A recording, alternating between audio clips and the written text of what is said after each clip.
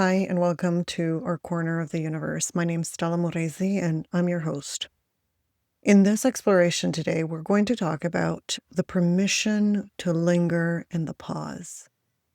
I'm curious, do you find yourself in that in-between space where who you have been no longer can be, and who you're becoming is not here yet?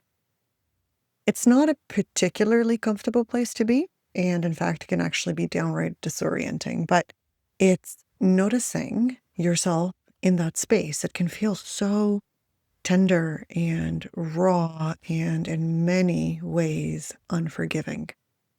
But it's beautiful. It's a beautiful place to be, and we'll talk about that here today. A place where you cannot deny what you know, and you cannot pretend anymore because your body cannot do it anymore. So all you can do is actually surrender.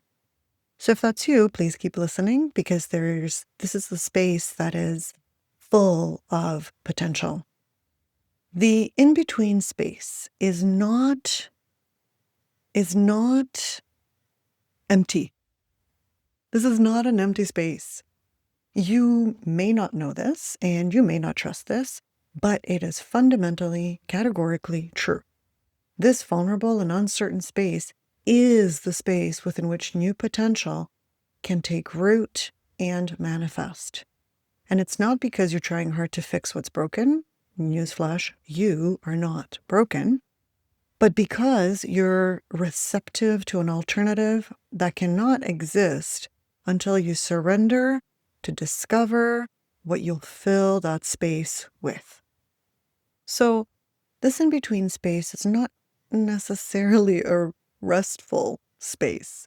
It's a letting go space, and it is filled with potential. This is where your whole body cannot continue to hold on anymore to what was, and you don't know what you're not even holding on to. Like you just know whatever it is, it's not working. And what has been can no longer be. But it's very interesting because you're not actually bracing against, which is how most people live most of our lives, is we're bracing against something. But in this particular space that I'm talking about, this liminal space, which I'll explain in a moment, you're actually simply there. You're not fighting, you're not avoiding, you're mindful and aware that whatever was no longer holds meaning for you to continue to hold on to it and to bring it into your future. So it's a felt state. It's not a strategy. And, I don't have a concrete example for this because it is a felt state of being. And so it's a surrender to the great unknown that leaves us open and receptive without bracing, without knowing, and sometimes mostly without direction. But the good news is that we are the compass. So you and I are the compass that's required to actually make it to the next phase. So if you're cut, so I'm finding myself in that space, and it's very clear to me that I can't continue to be who I was. I can't go back, and there's no meaning there for me. There's no life there for me. There's no value there for me. And being here and now, I am both willing and able to see the threads of interconnectivity, but not know how they interconnect. So I'm choosing to simply keep my attention in the here and now. I'm choosing to clear my calendar, clear my to-do list, and just write, express, share. I know that I'm creating something different than what it was in my business, with my son, with my life generally. And that something is more in alignment and flow with who I am choosing to become. And the thing is that I don't know who that is. So this isn't easy because I've chosen to pull the plug on most of what I thought I wanted up until exactly now. And what will be is not clear for me. So I have to be willing to see the form without the details, to see the vision without the details, and keeping my eyes toward what I want to create so that I can see the form, so I can see the threads, so I can see the interconnectivity. And even if the threads are pixelated, which usually in this state they are. So it's a really beautiful and spacious place to be, and it takes immense trust to be in this place of not knowing, a place of unbecoming and unraveling. Most of us are taught to fear being in this liminal space. We're taught to hurry through it and figure it out. We're taught that it's better to fake it till you make it, whatever that means, than it is to linger in the unknown. We're taught to keep moving so we don't lose momentum, running aimlessly like a chicken with its head cut off. It doesn't work. And if you know that it doesn't work, and if you are in this space, and if you're anything like me and my clients, you sense that moving with intention will propel you toward the life that you want, not just away from the life that you don't want. So if you intentionally honor the moment of pause, you might actually catch up to yourself. That is how you create the future that's meaningful to you. That is how you stay rooted in the truth of the now while simultaneously keeping the vision of the future in your awareness. So there's something really special about this in-between space. We can all agree at this point there's something really special about it because it allows you to let go and focus your attention on what matters to you. So much energy that we put into holding on to what doesn't work. It's exhausting. So what might we create if we choose to direct our energy toward what does work instead? So for that to happen, you actually have to know what it is that works for you. And opening that can of worms is often not comfortable for most people.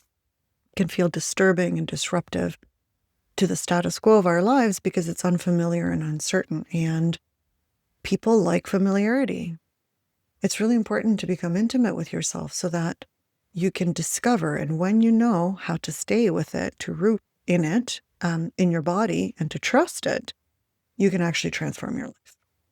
So Louise Le Brun talks about the 30-second pause that does categorically, in no uncertain terms, transform lives. Why? Because it takes you out of your familiarity and into your emergence. And in her blog post, she writes, when we choose to develop the habit of the 30-second pause before we take action, magic begins to flow through our realities. 30 seconds. That's all it takes to stop. Drop your attention inside to the base of your spine and take 3 long, slow, deep inhales and exhales. And allow your body to settle.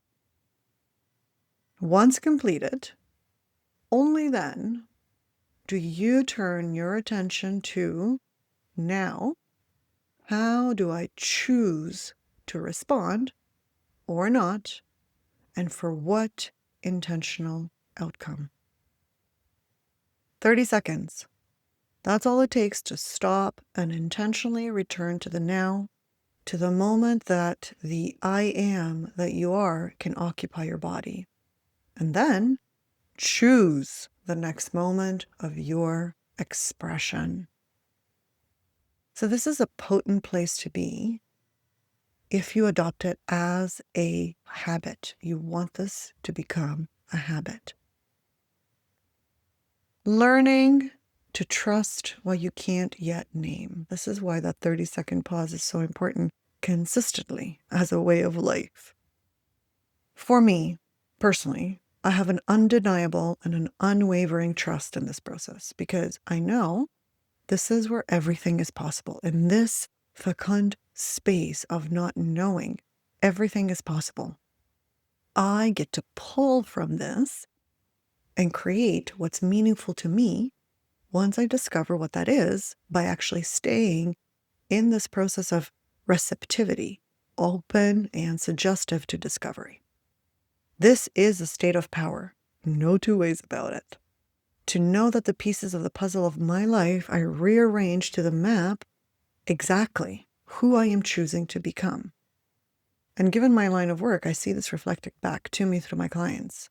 where more than one woman right now is in this state of internal surrender, giving up so hard, trying so hard to hold on to what isn't working, and inviting space to open up for what's possible.